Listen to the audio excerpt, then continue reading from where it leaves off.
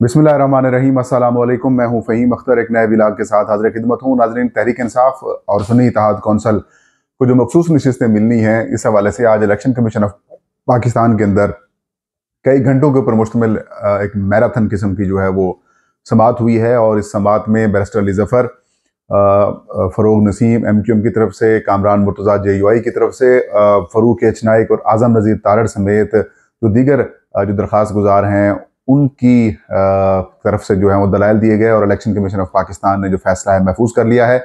लेकिन इस फैसले के दौरान इलेक्शन कमीशन ऑफ पाकिस्तान की जानिब से जो एक ख़त है और उसको गलत रंग दिया गया है, उस गलत रंग देने की एक कोशिश की गई है इलेक्शन कमीशन की तरफ से, और वो कोशिश उनकी जो है वो बड़ी पकड़ी गई है। अब फैसला क्या आएगा इस हवाले से तो कुछ कहा नहीं जा सकता, लेकिन कानून बड़ा वाज़ेह है, कानून बिल्कुल क्लियर है, और वो कानून ये कहता है कि तहरीक इंसाफ के जो आज़ाद हैसियत के अंदर अरकान जीते हैं और वो सुन्नी इत्तेहाद कौंसल के अंदर शामिल हुए हैं तो फिर उनको नशिस्तें मिलनी चाहिए।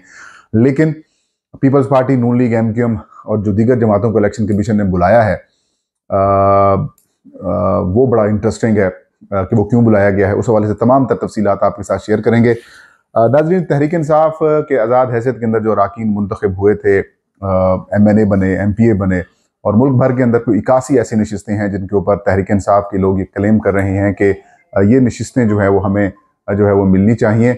और इस हवाले से तो इलेक्शन कमीशन ऑफ पाकिस्तान से ये रुजू किया गया और ये कहा गया कि कौमी असम्बली और सूबाई असम्बलियों के अंदर जो सुन्नी इत्तेहाद कौंसल को जो मखसूस नशिस्तें जो लोग शामिल हुए हैं आज़ाद हैसियत के अंदर, उसी की बुनियाद के ऊपर हमें कोटा अलॉट किया जाए।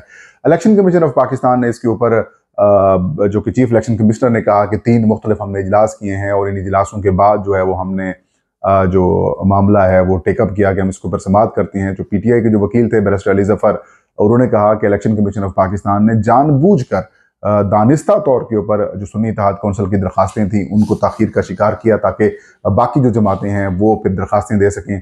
और फिर यही हुआ। उन्होंने कहा कि जो बाकी जमातों की दरख्वास्तें थी जिसके ऊपर चीफ इलेक्शन कमिश्नर ने वजाहत की पेश की कि जो आप बात कर रहे हैं वो दुरुस्त नहीं है, ऐसा नहीं है। हमने 4 इजलास किए हैं, 3 इजलास किए हैं और उसके बाद फिर समाअत का फैसला किया है। और बाद में इलेक्शन कमीशन ऑफ पाकिस्तान के जो मेंबरान हैं वो कहते रहे कि सुन्नी इत्तेहाद कौंसल जो कि पार्लिमानी जमात नहीं है, इसने इलेक्शन कॉन्टेस्ट नहीं किया, इनको हम कैसे मखसूस नशिस्तें दे दें। तो फिर अली ज़फ़र साहब ने कहा कि देखें, बात यह है कि जब तहरीक इंसाफ के आज़ाद अरकान जो है वो सुन्नी इत्तेहाद कौंसल के अंदर शामिल हो चुके हैं और बड़ी तादाद में शामिल हो चुके हैं, तो अब वो एक पार्लिमानी जमात बन चुकी है। और बैरिस्टर अली ज़फ़र ने कहा कि जो इलेक्शन कमीशन है वो 2018 के अंदर खैबर पख्तूनख्वा असम्बली के अंदर जो 3 नशिस्तें ऐसी थी जिनके ऊपर आज़ाद उम्मीदवार जीते थे, बलूचिस्तान अवामी पार्टी वहाँ के ऊपर मौजूद भी नहीं थी और वो फिर बलूचिस्तान अवामी पार्टी के अंदर शामिल हो गए थे। तो फिर एक मखसूस नशिस्त पर इलेक्शन कमीशन ऑफ पाकिस्तान ने BAP को अलॉट कर दी थी, क्योंकि इलेक्शन एक्ट जो है और उसकी जो रूल्स हैं वो ये कहता है कि जो सियासी जमात है उसकी जो डेफिनेशन है वो ये है कि वो सियासी जमात जो इलेक्शन लड़ने के लिए अहल हो और इलेक्शन कमीशन ऑफ पाकिस्तान उसको इंतखाबी निशान अलॉट करे तो वो सियासी जमात जो है वो अहल होती है। लिहाजा इस सेक्शन के तहत हम किसी भी जमात के अंदर जा सकते हैं। और इलेक्शन कमीशन ऑफ पाकिस्तान के वकील ने सुप्रीम कोर्ट ऑफ पाकिस्तान के सामने जब इंतखाबी निशान और इंटर पार्टी इंतखाबात का मामला चल रहा था तो तब उसके जो कमीशन का वकील है उसने ये कहा था कि मखसूस नशिस्तों के ऊपर कोई असर फ़र्क नहीं पड़ेगा। तो इलेक्शन कमीशन के मेंबर ने कहा कि हमें तो नहीं अंदाज़ा था कि आप ऐसी सियासी जमात में जाएंगे जिसने इलेक्शन में हिस्सा ही नहीं लिया। फिर बैरिस्टर अली ज़फ़र की जानिब से दलील दी गई और उन्होंने काफ़ी अहम दलाइल और नुकात भी उठाए और ये कहा कि सुन्नी इत्तेहाद कौंसल की नशिस्तें अगर अलॉट नहीं की जाती तो फिर सदारती इंतखाब के ऊपर भी फ़र्क पड़ेगा और सेनेट के इंतखाबात के अंदर भी मामला जो हैं वो हमारे खिलाफ जाएंगे। और उन्होंने कहा कि जो सियासी जमात है वो इलेक्शन जो एक्ट है वो बिल्कुल वाज़ेह कहता है कि वो सियासी जमात होगी जो रजिस्टर्ड होगी, और जो रजिस्टर्ड सियासी जमात है उसको इलेक्शन कमीशन इंतखाबी निशान अलॉट करेगा। तो सुन्नी इत्तेहाद कौंसल रजिस्टर्ड जमात के तौर पर मौजूद है, लिहाजा आप उनको नशिस्तें अलॉट करें और ये उनका आइनी और कानूनी हक है।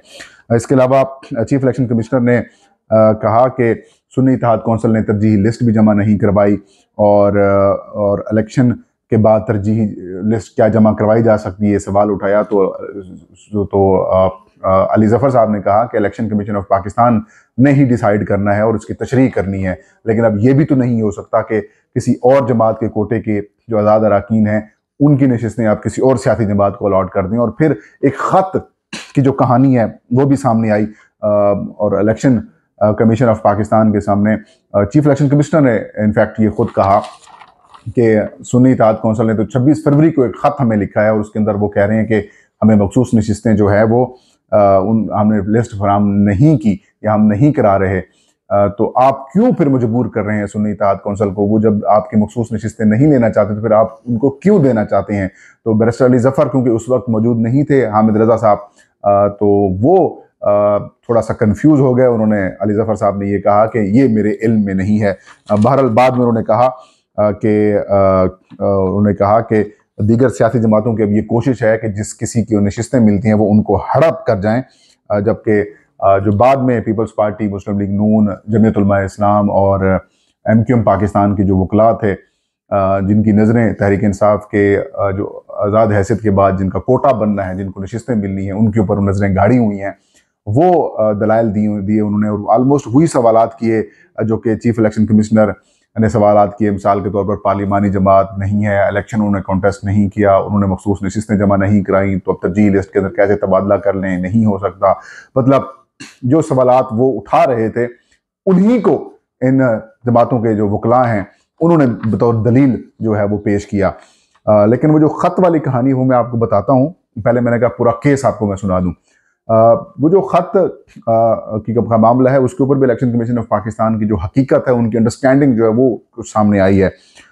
तो इन सारे वकला ने वही मौक़िफ़ अपनाया जो कि इलेक्शन कमीशन ऑफ पाकिस्तान सवालात उठा रहा था। मिसाल के तौर पर इलेक्शन कमीशन ने ये कहा कि मखसूस नशिस्तों के ऊपर लिस्ट जमा नहीं कराई, तो ये उन्होंने कहा कि मखसूस नशिस्तों के ऊपर लिस्ट जमा नहीं करवाई गई, वो वक्त अब गुजर चुका है, लिहाजा अब इलेक्शन कमीशन उनको दोबारा इंटरटेन नहीं कर सकता। फिर दूसरा मौक़िफ़ ये उन्होंने इख्तियार किया इन सारे वकला ने कि सुन्नी इत्तेहाद कौंसिल ने किसी सियासी बतौर सियासी जमात इलेक्शन के अंदर कॉन्टेस्ट नहीं किया और उनकी पार्लिमान के अंदर जो मौजूदगी है वो भी नहीं है, लिहाजा अब वो मखसूस नशिस्तों की हकदार भी नहीं है। और जो ये सीटें हैं अब उन जमातों के अंदर तकसीम हो सकती हैं जो बच जाने वाली सीटें हैं, जो जमातें इस वक्त पार्लिमान के अंदर मौजूद हैं, लिहाजा अब ये सीटें इनको आप ना दें। अब मैं ये समझता हूँ कि जो आज की सारी समात का ड्रामा था या जो सारी कहानी थी उसका वाहिद मकसद क्या था? उसका वाहिद मकसद जो मैं समझाऊँ वो ये था कि कानून तो बड़ा क्लियर है कि पॉलिटिकल पार्टी वो है जो उसके पास इंतखाबी निशान हो और आज़ाद हैसियत के अंदर मुंतखब होने वाले कोई भी अराकीन जो हैं वो उसके अंदर जा सकते हैं। और जहाँ तक तरजीह लिस्ट जमा कराने का वक्त है तो इलेक्शन कमीशन ऑफ पाकिस्तान उनसे किसी भी वक्त ये वसूल कर सकता है, वो इनको दे सकते हैं और वो इनको प्रोसेस करना पड़ेगा। तो जो ये बातें कराई गई, की गई, जो चीज़ें आज सामने आई, उसका वाहिद मकसद ये था कि भाई रास्ता निकालो कि किस तरीके से ये जो नशिस्तें हैं वो नून लीग, पीपल्स पार्टी, MQM वगैरह के अंदर डिवाइड की जा सकें। और इसका कोई ख़ास मकसद मुझे नज़र नहीं आया। मतलब सारा मामला उसी तरफ लेके जा रहे हैं और अब फैसला इसके ऊपर तो महफूज कर लिया गया है, लेकिन कुछ चीज़ें काफ़ी हद तक जो है वो क्लियर हो चुकी हैं कि ये कहानी जा किस तरफ रही है। इसके अलावा जो ख़त वाला मामला है वो बड़ा इंटरेस्टिंग है, क्योंकि chief election commissioner Sikandar Sultan Raja साहब ने अली जफ़र साहब से ये कहा कि जब वो नशिस्तें हासिल नहीं करना चाह रहे, यानी कि सुन्नी इत्तेहाद कौंसिल नशिस्तें हासिल नहीं करना चाह रही, तो फिर आप उनको ज़बरदस्ती क्यों मजबूर कर रहे हैं? तो वो ख़त जिसका हवाला चीफ इलेक्शन कमिश्नर साहब ने दिया, फिर वो ख़त अली जफ़र साहब के हवाले भी किया। तो अली जफ़र साहब से को जब ख़त मिला तो फिर वो ख़त की कापी हमारे तक आई, तो फिर मैंने वो जो ख़त पढ़ा, उस ख़त के अंदर बड़ा क्लियरली लिखा हुआ है कि इलेक्शन कमीशन ऑफ पाकिस्तान ने सेक्शन 206 जो इलेक्शन एक्ट 2017 है उसकी सेक्शन 206 के ऊपर अमल दरामद का कहा है। अब सेक्शन 206 क्या कहता है? सेक्शन 206 बड़ा वाज़ेह है, बड़ा क्लियर है। वो ये कहता है कि सियासी जमातें, और ये लेटर सिर्फ सुन्नी इत्तेहाद कौंसिल को नहीं गया, बल्कि ये लेटर मुस्लिम लीग नून को गया, पीपल्स पार्टी को गया, काफ लीग को गया, MQM को गया, जितनी भी सियासी जमातें रजिस्टर्ड हैं उन सबको ये लेटर गया। और ये जनवरी से लेटर्स जा रहे हैं और कंटिन्यूसली ये जा रहे हैं, क्योंकि इलेक्शन कमीशन का कानून जो इलेक्शन एक्ट है वो ये कहता है कि जनरल सीटें, मिसाल के तौर पर वो कौमी और सूबाई असम्बली की जनरल सीटें जिनके ऊपर इलेक्शन होता है, इलेक्शन लड़ते हैं लोग, उनको जनरल सीटें कहते हैं। उसकी जो कानून ये है कि जनरल सीटों को 95 यानी कि 100% जनरल नशिस्तें अगर आप लड़ रहे हैं तो उसका जो 100 में से 5 सीटें आपने जनरल सीटों की टिकटें जो है वो खवातीन को देनी है ताकि खवातीन की नुमाइंदगी हो सके। उसकी इम्प्लीमेंटेशन का कहा गया। अब इम्प्लीमेंटेशन के ऊपर ये खत था और इस खत का जवाब उन्होंने दिया सुन्नी इत्तेहाद कौंसिल ने, और ये कहा कि देखें हमने इलेक्शन कॉन्टेस्ट नहीं किया, लिहाजा ये जो शिक का इतलाक है ये हमारे ऊपर नहीं होता। अब इलेक्शन कमीशन ऑफ पाकिस्तान की अंडरस्टैंडिंग चेक करें कि वो ये कहते हैं कि वो तो कह रहे हैं कि हमें मखसूस नशिस्तें नहीं चाहिए। अब ये जिस चीज का जिक्र पूरे फसाने में नहीं था वो आपने चार्जशीट लगा के उनके ऊपर लगा दी और एक माहौल बना दिया। बदकिस्मती से सारे सोशल मीडिया और टीवी चैनल्स के ऊपर यही कहानी डिस्कस होने लगी कि पीटीआई तो फारिग हो गई। सुन्नी इत्तेहाद कौंसिल और पीटीआई के दरमियान मामला खराब होने शुरू हो गए। वो खत सेक्शन 206 जब पढ़ा तो उसके अंदर इलेक्शन कमीशन ऑफ पाकिस्तान का फिर झूठ जो है वो सामने आ गया। अब पता नहीं chief election commissioner Sikandar Sultan Raja साहब को उनको जो नीचे लोग मौजूद हैं, लीगल एक्सपर्ट्स या फिर बाकी लोग, उन्होंने मरवाया है, उन्होंने गलत बताया है, फीड किया है, या फिर ये प्लान का हिस्सा है कि लोग तो बेवकूफ़ हैं, लोग समझेंगे नहीं। तो ये सारी हकीकत है, ये फसाना है। अब देखते हैं इलेक्शन कमीशन कब फैसला करता है।